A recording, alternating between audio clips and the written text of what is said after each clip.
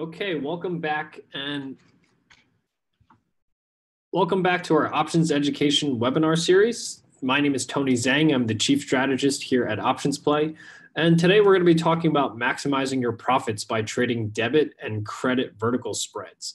These two vertical spreads are very versatile and really allow you to take directional exposure in pretty much all different market conditions and be able to profit from everything from mild directional views to strong directional views. So today what we're going to do is we're going to analyze what the difference between these two strategies are. I'm going to break them down so that you understand the fundamental difference between the two.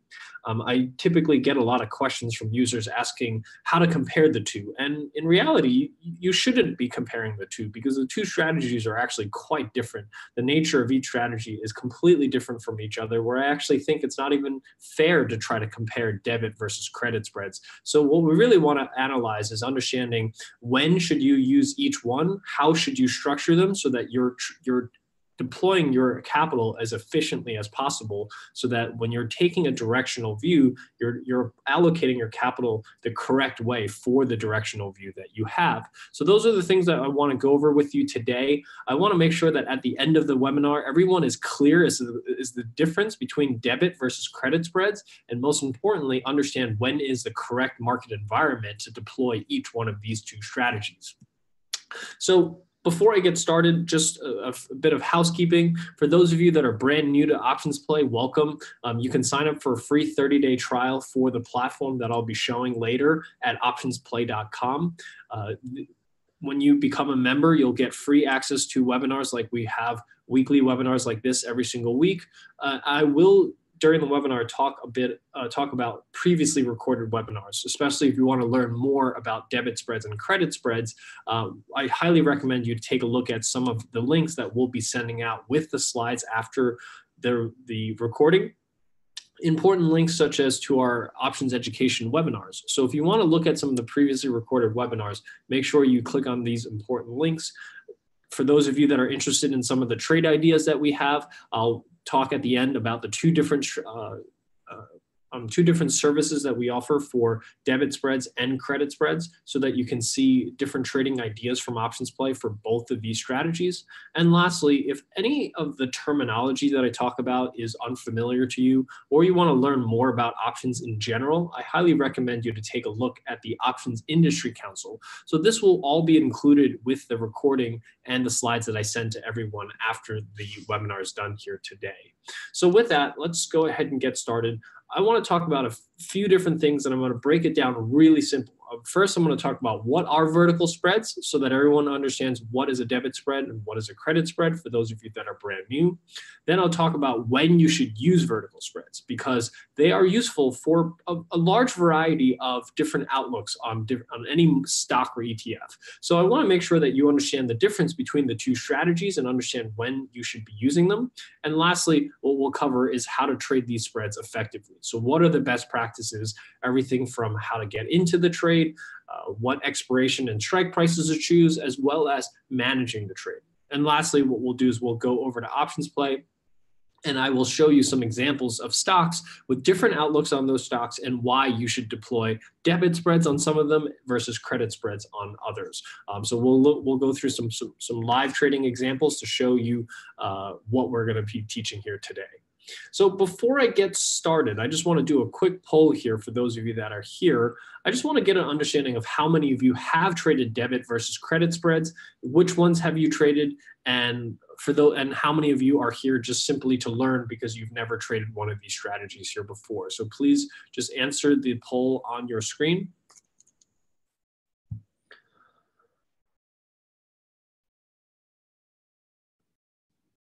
So this looks like a pretty even split, but looks like debit spreads are the predominant favorite here. About a third of you trade debit spreads, about a fifth of you trade credit spreads.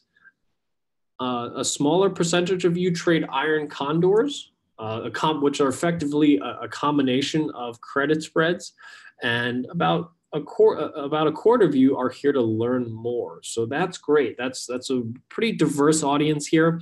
Hopefully this will have something for everyone. This is really designed to help you guys number one, understand these strategies from a fundamental perspective, because I tend to see a lot of traders trade debit versus credit spreads based off of things that they've learned elsewhere, but they don't really understand why they're trading a debit spread versus a credit spread. So those are some of the things I want to dive into.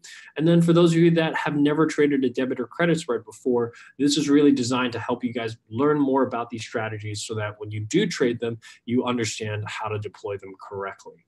So let's go ahead and get started here. I'll leave this poll up here for 1 second. We will leave question and answers to the end. For those of you that have questions, I will spend about 15 minutes on the slides. I will try to spend as much time as possible on options play, showing you examples of real stocks with real outlooks and showing you the difference between trading a debit versus credit spread. So we're going to start off by talking about what is a vertical spread. So there are 4 types of vertical spreads that you can trade. You can think of them as 4 different quadrants. You can trade bullish vertical spreads, or you can trade bearish vertical spreads. And within each category, there are 2. There's a debit spread and a credit spread. That's what we're here to understand. What is the difference between all of these, even though many of them may look or feel similar? So on the bullish debit side, you have a long call vertical. This is probably one of the first spreads that many of you that are newer to options will probably trade, either a long call vertical or a long put vertical. These are relatively simple to understand. If you understand buying a call or a put, you're effectively buying a call or a put and selling an additional leg against that to offset the cost of that call or a put, to reduce your risk, to reduce your overall capital outlay. On the credit side, when you're bullish, you would trade a short put vertical, and on the bearish side, you trade a short call vertical.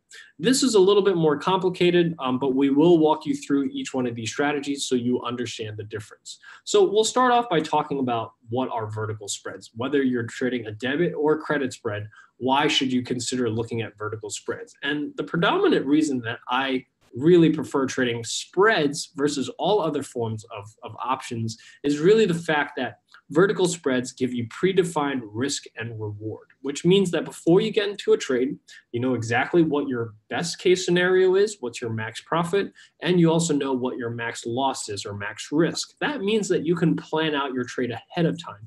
You know what the worst and best outcome is going to be that you wouldn't be able to get if you're trading some other strategies. If you're buying a call, you have unlimited reward, or if you're selling a call, you have unlimited risk. It's difficult to plan for that when you're trading. So with vertical spreads, you know exactly what you're getting yourself into, makes it a little easier to manage from an emotional perspective. And once you're in the trade, you know what the possible outcomes are. So for this, to show you, to help you better understand debit versus credit spreads, I'm going to use a fictitious stock XYZ trading at $100. And I'm going to go through a couple of examples to show you how to structure these trades so that you understand what the difference between debit versus credit spread is. And then we're going to go into some more details in the next few slides to help you better understand these strategies. So on the debit spread side, like I said, the debit spreads, you can think of them as very similar to buying a call or a put, because what you're really doing, the crux of the trade really is still that long call or long put. What we're doing is we're just adding something to that to effectively lower our risk. So if you think about a long call vertical, it's very similar to buying a call option, because that's what you're starting off with. You're buying a 100 strike call, and you would do that because you're bullish on the stock. Because if you were bullish on stock XYZ, a simple option strategy you would deploy is simply buying a call option. That's exactly what we're doing here. We're buying a 100 strike call. That is a bullish strategy. But because buying a 100 strike call has unlimited reward, it also potentially has quite a bit of risk, because outright buying a call sometimes is quite expensive. In order to offset that, what we're doing is we're selling an out of the money call, a further out of the money call. And what that does is it brings in some premium, and that offsets the cost of buying a 100 strike call. And that offset will help reduce your risk. It will reduce the break-even price that the stock needs to move to in order for it to be profitable. It also does some other things, such as reducing the time decay of the long leg.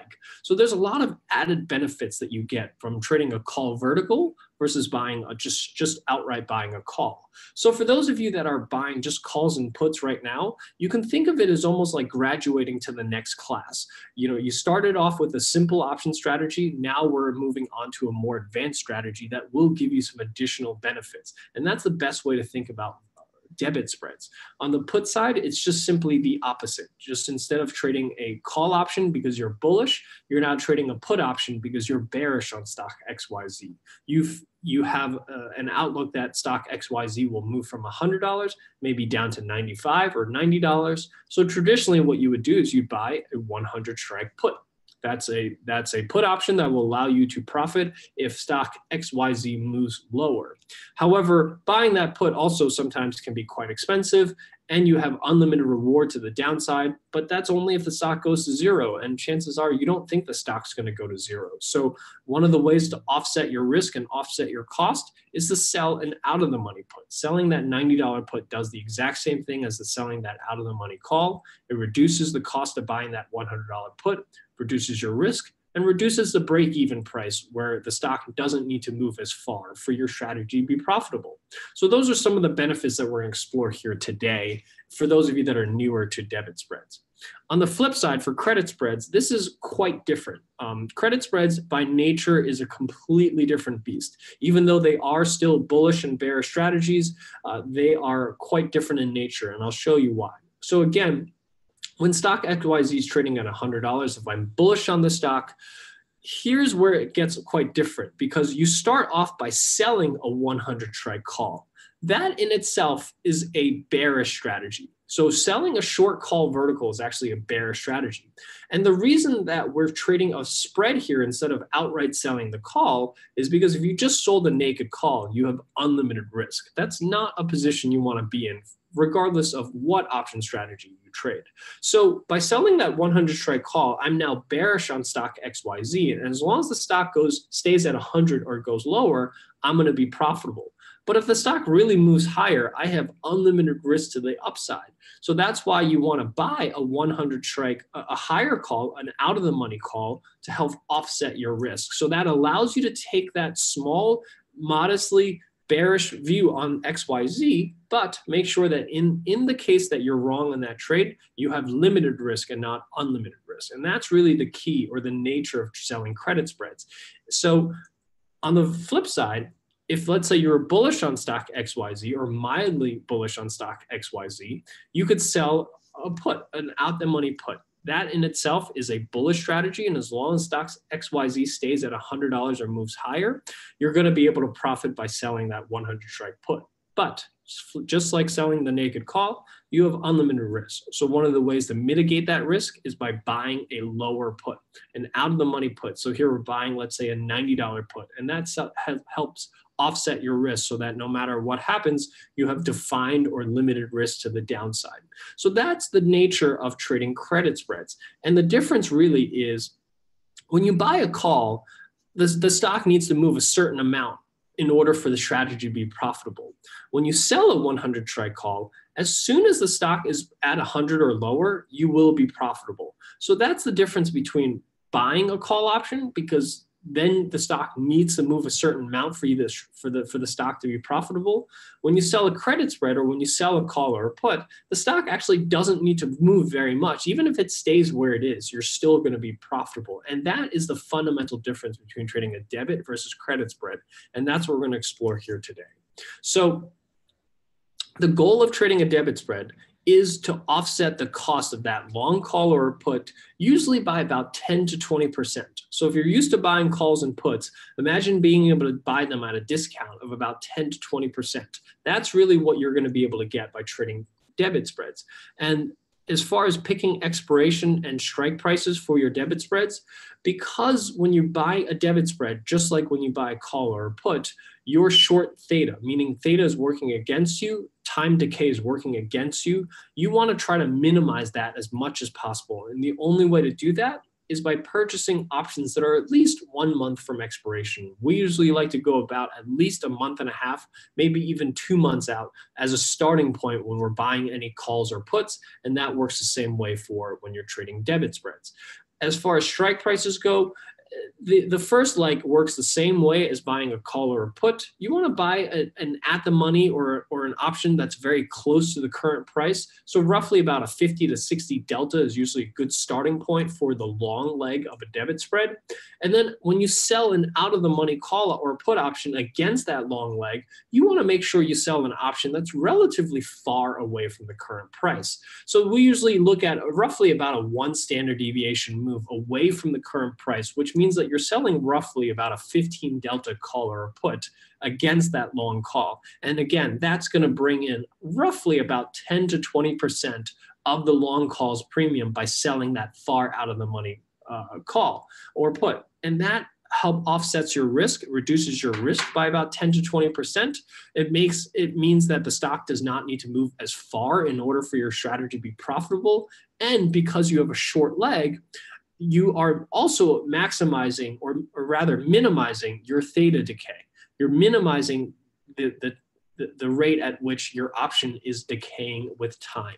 So those are some of the benefits of trading debit spreads versus outright buying a call or a put. For credit spreads, it's flipped on the other end. So when you're selling credit spreads, you're long theta. So theta is going in your favor. So in this particular case, in order to maximize that time decay, what you want to do is you want to actually sell relatively short dated options because time decay accelerates as you get near expiration. So when you sell credit spreads that are just a few weeks from expiration, theta is decaying very fast, and that's profit for you. So that's really why you want to sell relatively short dated options. When it comes to selling credit spreads, there's a lot of choice that you have with respect to strike prices. However, we tend to find that there's a golden ratio when it comes to selling credit spreads. And that's where the credit that you receive on a credit spread should roughly be at about a third of the width of the vertical. And when I say the width of the vertical, that's the distance between the two strikes. So in the example that I gave before in stock XYZ, where I sold a 100 strike put and bought a 90 strike put, the width of that is $10. So the golden ratio that you want to aim for is where your credit is roughly about a third of the distance of that width. So if I'm selling a $10 wide credit spread, I want to collect roughly about $3.33. That's how you could go about finding your strike prices. Another way to think about that is roughly selling an at-the-money option, so roughly a 50 delta call or a put, and then buying back a 25 delta call or a put against that. That will usually get you very close to that golden ratio of collecting a third of the distance of the vertical. So those are some best practices for why you should trade debits versus credit spreads and how you should structure these trades. So next, what I want to look at is understanding a little bit about what it feels like to trade these two strategies, because I actually surprisingly get a lot of questions where a user will say, I'm bullish on Apple. Should I trade debit or should I trade credit spreads? Or I'm looking at the two. How do I decide which one should I trade? And the answer is they're actually completely different in nature, where I don't actually think it's fair to compare a debit versus credit spread. And the reason for this is because in order to understand the difference between debit versus credit spreads from a trading perspective is you really have to understand the relationship between probability and risk to reward. Whenever you're doing any form of trading, whether you're trading options, stocks, futures, FX, what you're doing is you're making a choice between risk to reward and probability. And debit spreads fall on one end of the spectrum versus credit spreads are on the opposite end of the spectrum. When you're trading debit spreads, you generally have low probability of profits or low win rates. So whenever you're trading debit spreads, you should expect that probably only about 30 to 40% of your trades are actually profitable. And a lot of people will say, that doesn't sound very good. Well, I don't want something that actually loses more times than wins. However, the flip side to that, and that's really where you have to look at both sides of the picture before you decide anything, is that when you trade debit spreads, you typically have very good risk to reward ratio. This is personally why this is one of my favorite strategies, is because I can risk $50 to try to make $100 on a trade. So when I'm right, I actually don't have to, I only have to be right about a third of the time in order for me to be profitable. And as long as I'm right more than a third of the time, I can make money using this type of strategy. So don't discount a strategy just because it has low win rates or low probability of profits. Make sure you look at both sides of the equation. Look at how much the risk reward is, because the risk reward will typically help offset the low probability of profit that you see on a debit spread. Conversely, on credit spreads, you actually see very high probability of profits. Many times, a lot of credit spread traders will target 70, 80. I even see credit spread traders targeting 90, 95%. And I tend to think that traders target these types of strategies because it sounds really good to win all the time. However, there's a really bad trade-off on the other end of this when you do win all the time, is that when you lose a lot of money. So you can certainly find credit spreads that have 95% probability of profit. However, that 5% of the time that you lose, many times you're losing 10, 20, 30 times what you collected on the first 20 trades that you won on. And a lot of times you end up wiping 20, 30 trades off the table by one single loss. And that's really the downside, in my opinion, to trading credit spreads, especially very high probability credit spreads. So that's really why when I talk about the golden ratio of credit spreads, targeting about a third of the width, is because when you target those types of ratios, the probability of profit actually isn't very high. It's actually only about 60, 65%.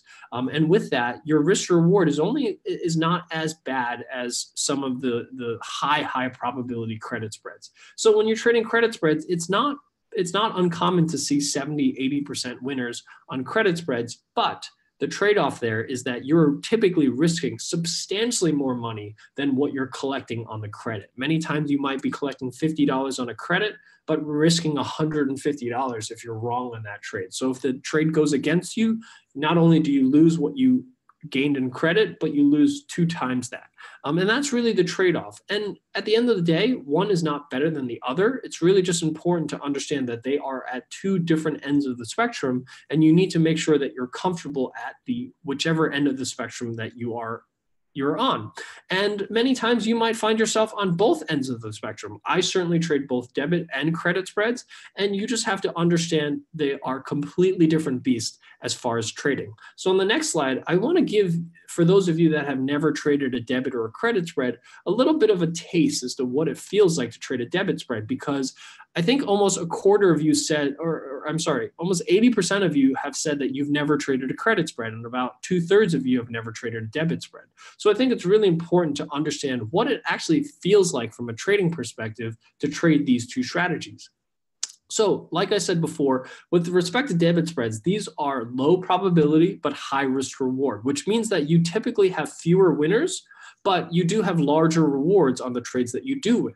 So many times a win rate for a debit spread is 40, 50%, which doesn't sound very attractive. However, most debit spreads will have a max risk of maybe $50 and a max reward of potentially double that, which means that if I'm looking at 5 trades, I might actually lose 3 out of those 5 trades. However, on the 2 trades that I win, instead of losing, I'll lose $50 on the 3 trades that I lose, but I'll gain $100 on the 2 trades that I win, which yields me a net profit of $50 at the end of 5 trades.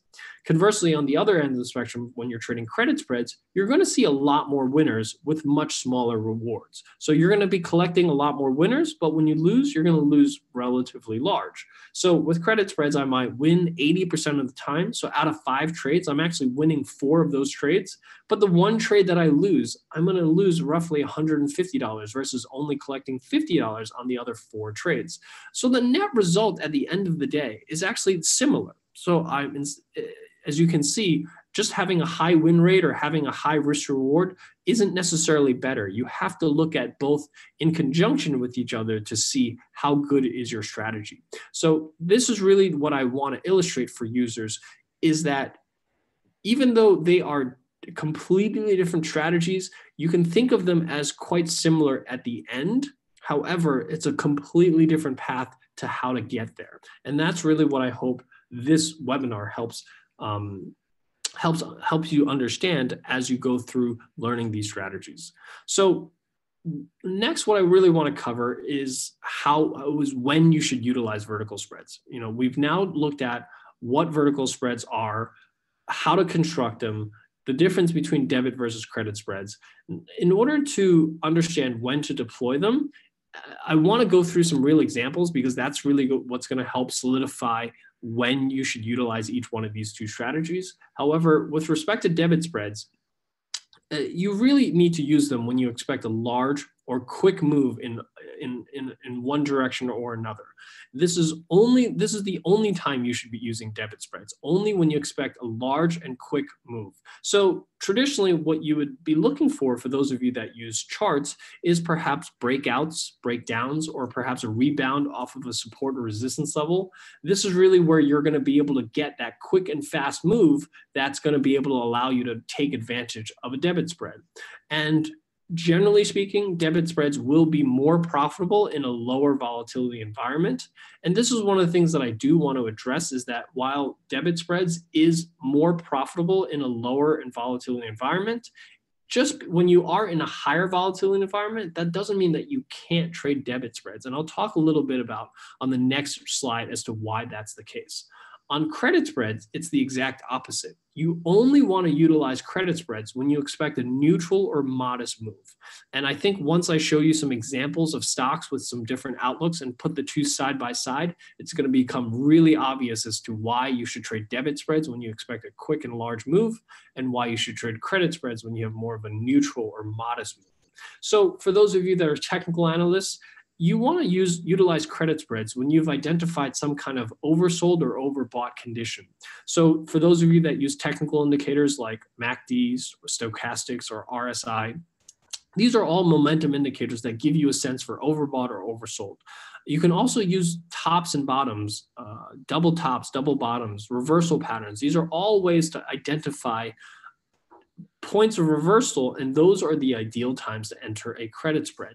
And yes, credit spreads are more ideal or will give you better results in a higher volatility environment. But I do want to point out that when you are in a lower volatility environment, that does not mean that you can't trade credit spreads. So keep that in mind as we move on to the next slide, because what I really want to talk about is the difference between a debit versus credit spreads when it comes to volatility environments. And then what I want to do is show you guys some charts to give you a better visual understanding as to when it's best to trade debit versus credit spreads. So again, it's ideal for you to sell credit spreads in a high volatility environment and trade debit spreads in a low volatility environment. But many of you may have gone through other forms of education or seen stuff online that tells you when it's high volatility, sell credit spreads. When it's low volatility, buy debit spreads. However, that, in my opinion, is an oversimplification of volatility, and that doesn't address it doesn't address a big problem with that statement. And it's the fact that regardless of whether you're trading debit or credit spreads, you have much larger delta exposure, meaning you have a lot more exposure to the underlying price movement than you do to the change in volatility. Credit spreads do take advantage of a high volatility environment that's lowering, and debit spreads does take advantage of a low volatility environment that's rising. However, the exposure that you actually have, meaning the profit that you can get from that change in volatility, is actually really small compared to the change that you'll have in the debit or credit spread when the stock moves higher or lower. And that's the one thing that I think is oversimplified with the statement of selling credit spreads when it's high, buying debit spreads when it's low. So that's one of the things I also want to show you using our P&L simulator, is that you should be choosing your strategy not based on volatility, but based on the directional exposure or the directional outlook you have on your stock. Because if you choose a strategy based on volatility alone, you will see that you're going to get suboptimal risk to reward on your trades. And I have some examples to show you that to you to make this a little bit more apparent. So on a chart, I do want to show you visually when you want to take or consider using a debit spread. So on a breakout is really where you want to consider using a debit spread, because on a breakout, you're really expecting a quick, fast move in one direction or another. So here I have an example of a stock that traded between a pretty wide range between 94 and 103 until it kind of continue to you would say, formed the triangle and made smaller and smaller movements until it broke out of that triangle, and it had a very quick and fast move breakout from about 99 all the way up to about 105. So when you see a stock break out, whether it's break out of a trend line or break out of a support and resistance level or some kind of formation like a triangle, those are opportune times to consider taking a look at debit spreads, because you typically get a quick, fast move in one direction that you can identify very quickly and be able to use a debit spread to extract as much profit as possible with the least amount of risk. Conversely, when you're selling credit spreads, here on the right-hand side, when the stock starts to move in a sideways pattern in a very tight range, and especially when you see on an oscillator, when the stock oscillates between overbought and oversold very quickly, that's an ideal time to sell credit spreads. So every time the market moves towards a floor, that's when you want to sell put credit spreads. And when it reaches that ceiling or oversold or overbought, you want to sell call credit spreads. And one thing that you'll notice is that on this whole chart, I only see one opportunity to trade a debit spread versus I probably see at least 6, if not 7 opportunities to sell credit spreads. So that is another distinct difference between debit versus credit spread trades, is that when you're trading debit spreads, you're likely going to be trading debit spreads once in a while on a lot of different symbols, versus if you're selling credit spreads, you might find yourself trading credit spreads on the same symbol over and over again for a short period of time. And that is fundamentally why these two strategies are different, and they're really not comparable to each other.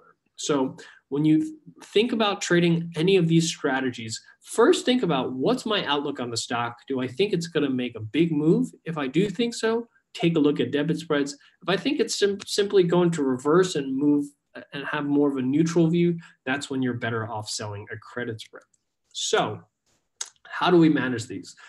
When you're trading debit spreads, you want to time your entries with an expected large move. So any type of breakout, that would be an ideal time to enter a debit spread. As far as managing a debit spread, this is really part of the reason why I really like trading debit spreads, is because managing them is really easy. There's pretty much one set of rules that you can manage all debit spreads with, and it's really easy to remember. So the first thing to remember with trading debit spreads is that you want to cut your losses if the expected move that you're expecting does not materialize. So if you see a stock is breaking to new 52-week highs, and you think it's going to continue moving higher, and after a week it just continues to move sideways, and that move that you're expecting just doesn't materialize, cut your losses, get out.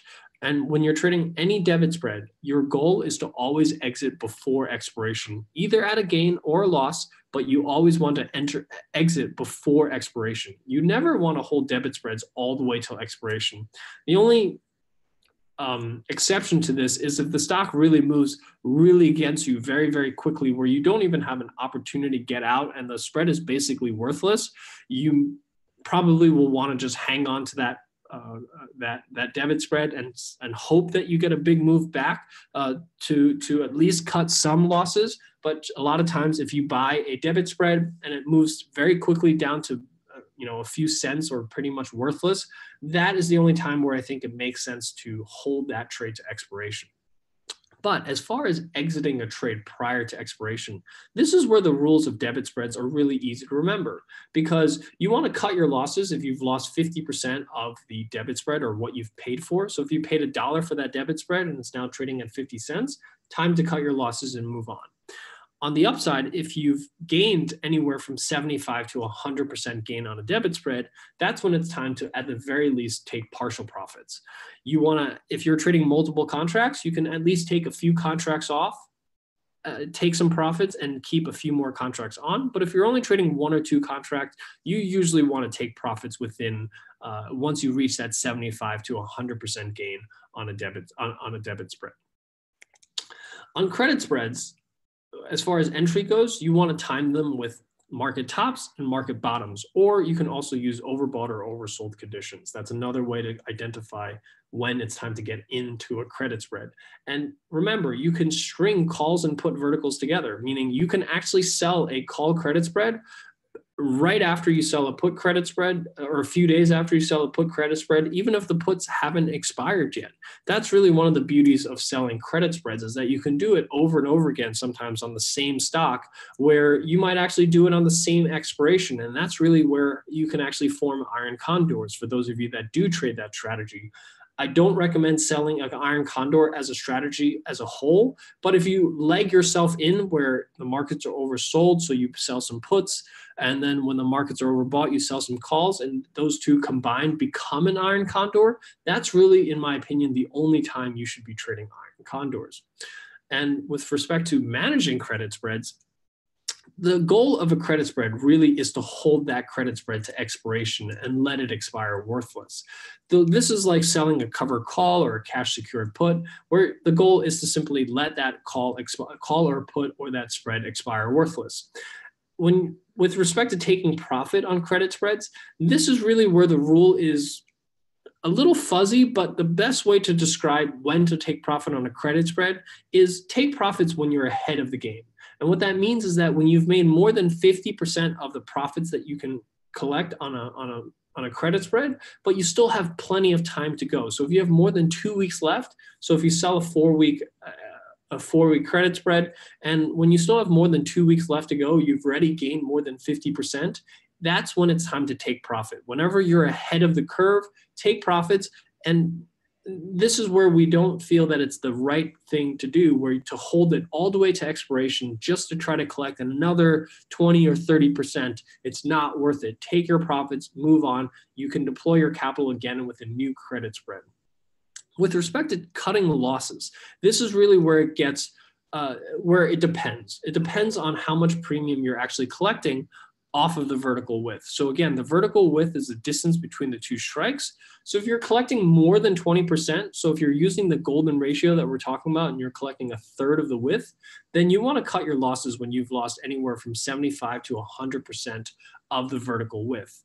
Versus on the premium, if you've collected less than 20% of the vertical, if you've collected less than 20% of the vertical width, that's when you want to cut losses of anywhere from 100 to 200% of the credit that you receive. So you need to give yourself more room on if you're collecting less than 20% of the vertical width. So those are some of the best practices for managing both debit versus credit spreads. So what I really want to do now is go through some live examples comparing debit versus credit spreads and showing you the difference between the two with some live examples.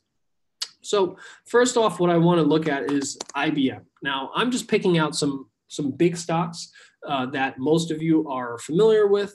And I picked up IBM because it's a stock that has seen quite it's seen quite a rally since the December lows. So it rallied from about 108 all the way up to 138. So roughly about a 30% move in about a month and a half. So that's quite a move. And I think for most users, this might feel a little overextended.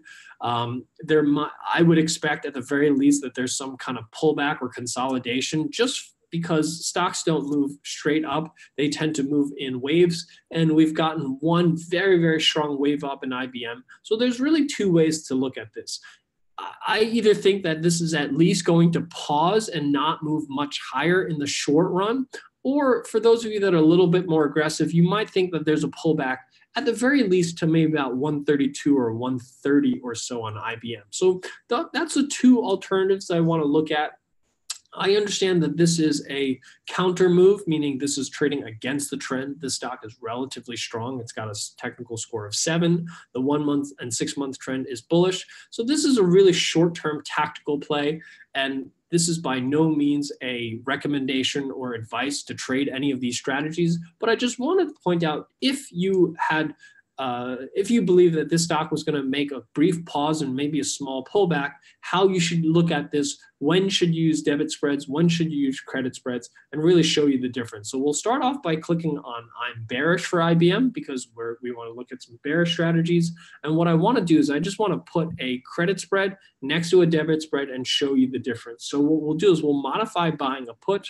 We'll modify that to selling a call credit spread. So again, for selling credit spreads, you want to sell a credit spread that maybe is about 30 days out of the from expiration. We always want to collect roughly about a third of the distance between the widths. So if I'm selling a 138, 143, that's a width of $5. I'm collecting $1.71, which is just about a third of the $5 width. So, or a little more than $5 width. So let's compare selling that credit spread versus outright buying that debit spread on IBM. IBM's at 137 right now. We're going to utilize our P&L simulator to help us understand these two strategies and see how they perform with different outlooks. So the first outlook I had was that simply this stock has rallied 30%. It's likely going to, at the very least, pause before it continues moving higher. And we've seen a lot of that over the last few weeks. It really hasn't moved much higher in the last 3 weeks or so. You know, it was at 134 just a few weeks ago, and it's pretty much been around 134 up until just a few days ago and pulled back a little bit today. So what happens if I think the stock's really just going to sit around here around 136, 137, and 137, and we'll put an expiration date on the March 22nd date, which is the first expiration date of these two strategies. So as you can see, if the stock stays around 136, 137, if I had bought a debit spread, and keep in mind, IBM right now, implied volatility is quite low. It's at 16%, very low for IBM. So you might be inclined to buy a debit spread because implied volatilities are low. But as you can see, if the stock stays exactly where it is, around 136, 137, if I bought the debit spread, I'm actually losing money. Versus if I sold the credit spread, I collect $171, the full credit that I receive, as long as IBM stays where it is or moves lower. And even if the stock moves higher, even if it goes up to 138, I can still collect my full credit by selling a call credit spread. If I bought the debit spread, I'd lose a third of my investment. So this is really where you want to make sure that you understand the difference between these two strategies and deploy them based on your outlook on the stock and not based on volatility, because no matter how low volatility is, and even if volatility expands from 16% and doubles, let's say it doubles to 24%, or grows by 50% rather, as you can see, you're still losing money, even if volatility expands when the stock doesn't move anywhere. And that's really why you want to optimize your strategies based on your directional outlook and not based on just your volatility outlook. So now let's look at, well, what happens if IBM does pull back? So maybe I think it might pull back to, let's say, 134, 133. So if it does that, and let me reset volatility here again. As you can see, if I sold the credit spread, I make $171. On the debit spread, I make $214. Now, maybe these two aren't fair comparisons right now because one is risking 329, one is risking 258. So one of the ways that we can make this a little bit more fair is, let's say we're risking the same amount of money. Let's say we're risking roughly $1,500. So here now I'm risking $1,300 versus $1,300. So these two are the same. Now let's compare them apples to apples. So if the stock moves down to 133, here I make $684. Here I make $1,072. So even if the stock moves modestly down to 133, that's when the debit spread clearly outperforms the credit spread. And this is really why your outlook is the most important piece to look at when you're selling, when you're deciding between a debit versus credit spread. Because as you can see, even if the stock moves, even if it doesn't move as much, even if the stock just only needs to move to about 134 before these two strategies are comparable. So if you think the stock's going to move to 134 or more, that's when you want to trade the debit spread. If you don't think it's going to move down to 134 and you think it's going to be a little higher than that, that's when you want to sell the credit spread. And that's really where you want to put the two side by side, use our P&L simulator, and that's going to allow you to understand exactly when each strategy will be profitable. Now, let's say that I do think that modestly it'll pull back to maybe 130, which is, in my opinion, a fairly reasonable price for this to pull back to, or maybe let's say 131. Here, as you can see, on the credit spread, I really have limited risk. Limited reward. I can only collect the credit that I receive, no matter how far IBM goes. Even if it goes to zero, I'm still only going to make $684. Versus on the debit spread, even though I'm risking the same amount of money, $1,300, I can make up to $2,700.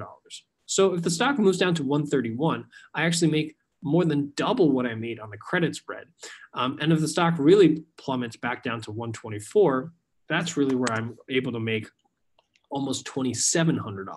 So that would be a pretty extreme move, and I don't think that that's necessarily realistic. But I think at the very least, if you do get a pullback to about 131, that you will get a significantly higher profit on the debit spread versus the credit spread. Again, which is why I don't believe that you should optimize your strategies based on just high vol or low vol, because your directional view is far larger, has a far larger impact on your P&L than the changes in volatility. Because even if volatility increases from 16% all the way up to 24%, which is a huge change in vol, the difference in profit is from $1,600 to about $1,400. So difference about $150 or so, versus if I had used, even if the stock moves down just a few dollars more, as you can see, I'm making a few $100s more. So this is really where, again, your delta exposure or your exposure to the stock price is far, far larger than any exposure you have to volatility.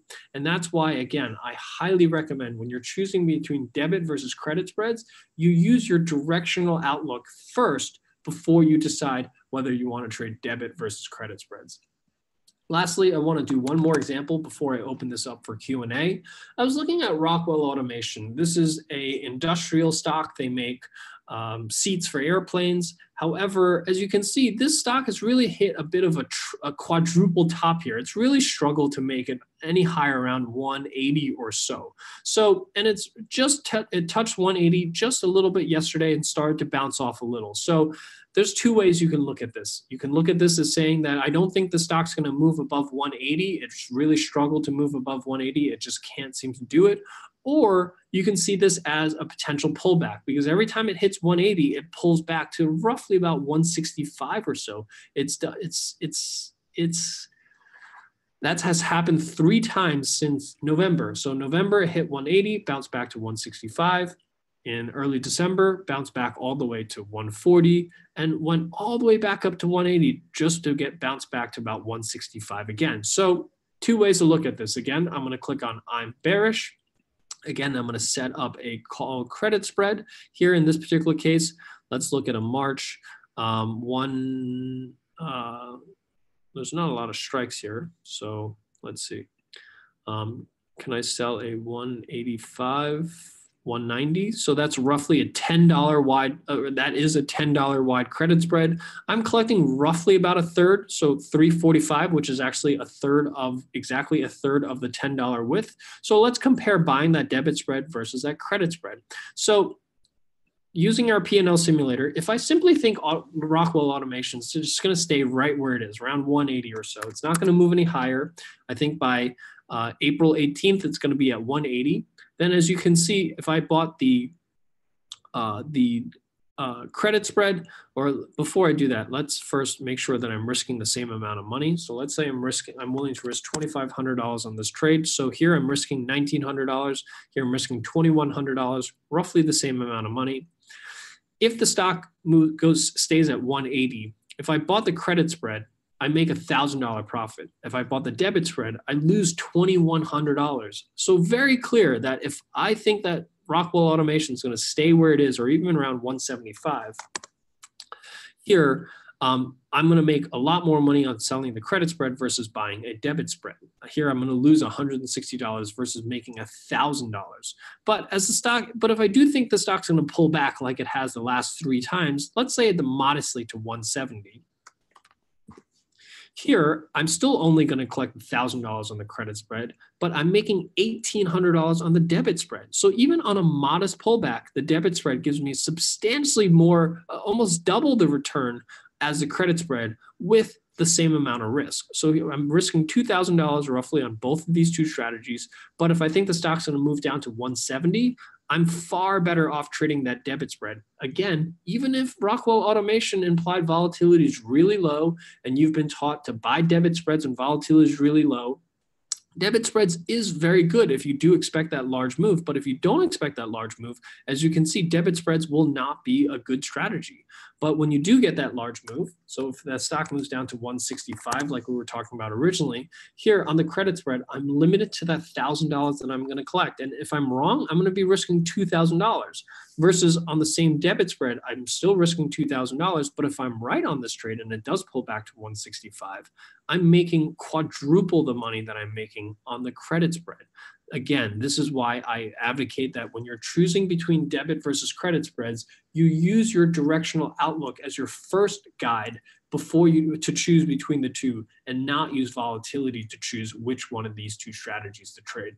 So with that, what I hope to have explained to you guys today is really, number one, an understanding of these two strategies from a fundamental perspective to know what the difference between these two strategies are. And more importantly, show you some real examples so that you can feel confident in your abilities to put the two side by side and be able to make a decision as to which one's the right strategy for you based on your outlook for the given stock or ETF. So with that, I want to thank everyone for taking the time out this afternoon. What I'll do right now is I'll open this up for Q&A. So if you have any questions regarding anything I explained here today, please type them into the chat window. And while you guys submit your questions into the chat window and the Q&A window, I just want to tell everyone, for those of you that are looking for ideas for debit versus credit spreads, Options Play offers two services to help you find ideas and opportunities for debit versus credit spreads. So for those of you that are already Options Play subscribers, you probably get our daily play emails. Those are the emails that you get every morning at around 6 a.m. Eastern time. This is free with your Options Play subscription. What we do is we provide daily directional ideas with a debit spread on those trades. And you can access them either through the email that we send out every morning, or you can access it through the Options Play platform. When you log in, it's the first pop-up that you see every morning. And this email goes out every single day at 6 a.m. Eastern time. So you get that every single day with the trade idea, and it's always a debit spread. And for those of you that want to learn more, you can go to optionsplay.com/daily play. For those of you that sell credit spreads and you're looking for opportunities on the credit spread side, we do offer a separate service just for credit spreads. It's a $39 a month subscription service through StockTwits. We deliver these credit spread signals through the StockTwits platform.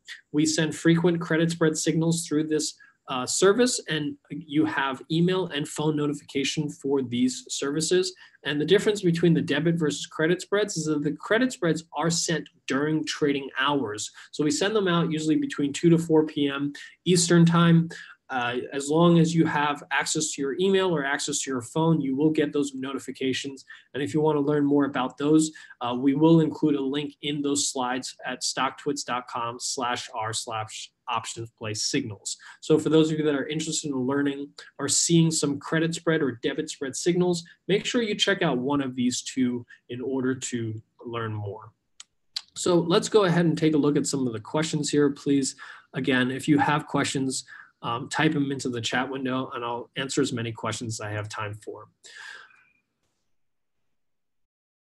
So the first question here is, are the ratios, risk-reward ratios or reward-to-risk ratios? The 2-to-1 and 3-to-1 are reward-to-risk ratios. Please verify. So it's used interchangeably, and it really doesn't matter whether you use risk-reward or reward-to-risk as long as you have the numbers correct. Risk is referring to the max risk of the strategy, and reward is referring to the max reward of the strategy. In my opinion, it doesn't really matter how you quote them as long as you have the two correct. Don's asking, how do you use the score? And I think you're referring to the Options Play score. The Options Play score is effectively telling you this type of information in a summary basis so that you can actually compare them side by side. So as you can see, one's risking $1,900 to make $1,000. One's making $2,100 to make $3,800. But this has a probability of profit of 65%, and this has a probability of profit of 41%. So these are all numbers that you have to crunch in order to really understand the true risk reward of each strategy. So that's why we created the Options Play score, to calculate the true risk reward of each strategy so that you can actually compare them side by side. So that's really why we use the Options Play score, and it's color coded for you so that it's easy to remember. Red means that you have poor risk reward on the strategy. Green means good risk reward, and yellow means average. Um, Alfred's asking, can I replay the webinar? Yes, the webinar is going to be available for replay. We'll be sending it out about 30 minutes after we finish here, and I'll also send the slides out to you so that you'll have both the recording as well as the slides with all the links about 30 minutes in your inbox after we finish here today.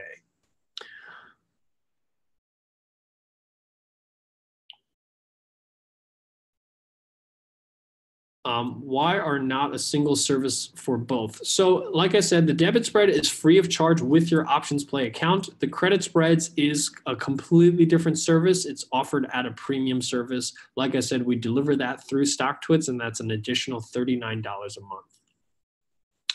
month. Debbie's, can you please explain the credit spread when you hit the trade button? So when you hit the trade button, what you have here is you have two legs. So here on the Rockwell automation, what we're doing is we're selling that at the money call, that 180 call. And what we're doing is to offset that risk, what we're doing is we're buying a 190 call, a higher call against that to offset our risk so that we have a max risk of $1,900 versus max risk of unlimited. Because if you just sold the 180 calls, you would have unlimited risk. If Rockwell automation took off and started shooting higher, you would have unlimited risk to the upside. And that's really why we sell credit spreads, is to take advantage of selling that 180 call, but not have to take unlimited risk in order to trade that strategy.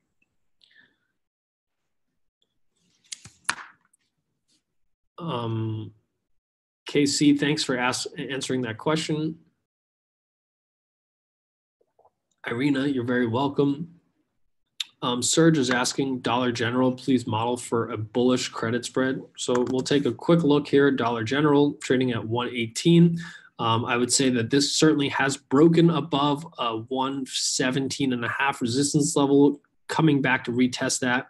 I think what you're saying is you think that this is at least going to hold that 117.5 level, and you would expect to at least move sideways, possibly a little higher.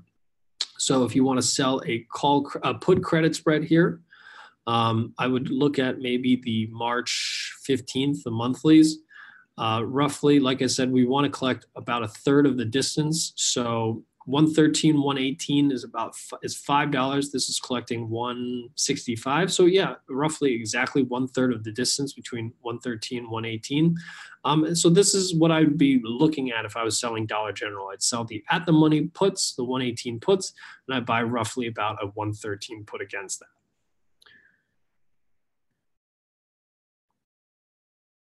When I sign up for the premium service is $39 a month. So we send out trade alerts as many as we get. We probably average about 15 trades a month on that.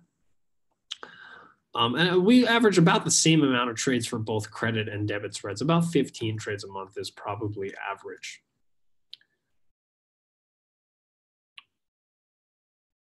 What time of day do you prefer to buy spreads to avoid big spread? So the only time that I would say that you want to avoid trading is about the first 5 or 10 minutes of the trading session and the last 5 or 10 minutes of the trading session. That's when spreads get widened out.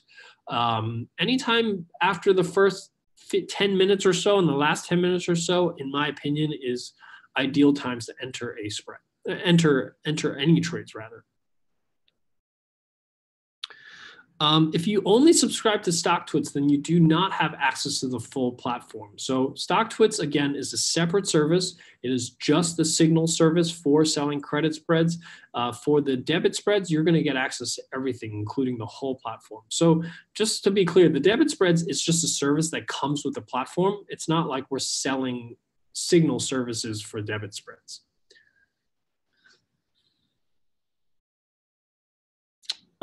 I realize that you can change the go-to price in the trade panel, but how's the initial price determined? And the question is, how's the initial price of this P&L slider determined? And that initial price is always going to be the one standard deviation move for that stock for that expiration date.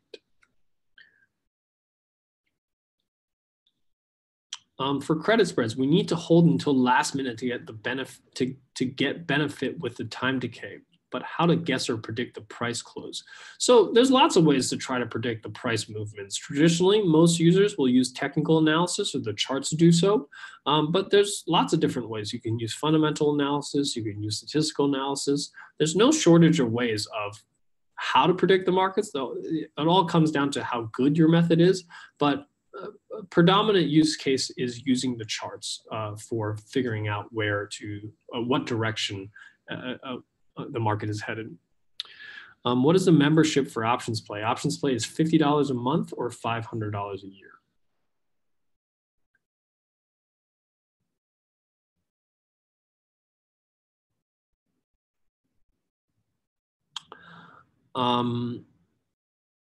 The question about the Amazon bulk put spread where you sold it at a loss and would have made profit back today. If you don't mind, I'm happy to answer questions like that, but I don't want to take time to answer personal questions of a specific trade. So if you have a specific question regarding that, please send me an email at info@optionsplay.com, and I'm happy to answer those questions for you.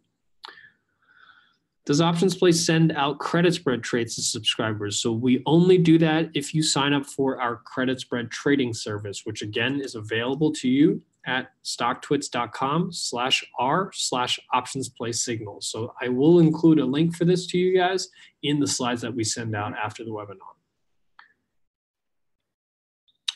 Is Options Play integration with Fidelity? So we have a partnership with Fidelity. So if you have a Fidelity account, you do get a discounted version of Options Play. How to enter orders. So you enter your order actually at your brokerage firm. So whatever order that you're looking to place, you hit the trade button and we will tell you how to enter this trade into your broker's platform. So you would still have to enter that into your broker's platform. How many trade alerts do you get with the StockTwits? So again, we average about 15 a month on that service. Raymond, thank you so much. I really appreciate it. Are there any other questions?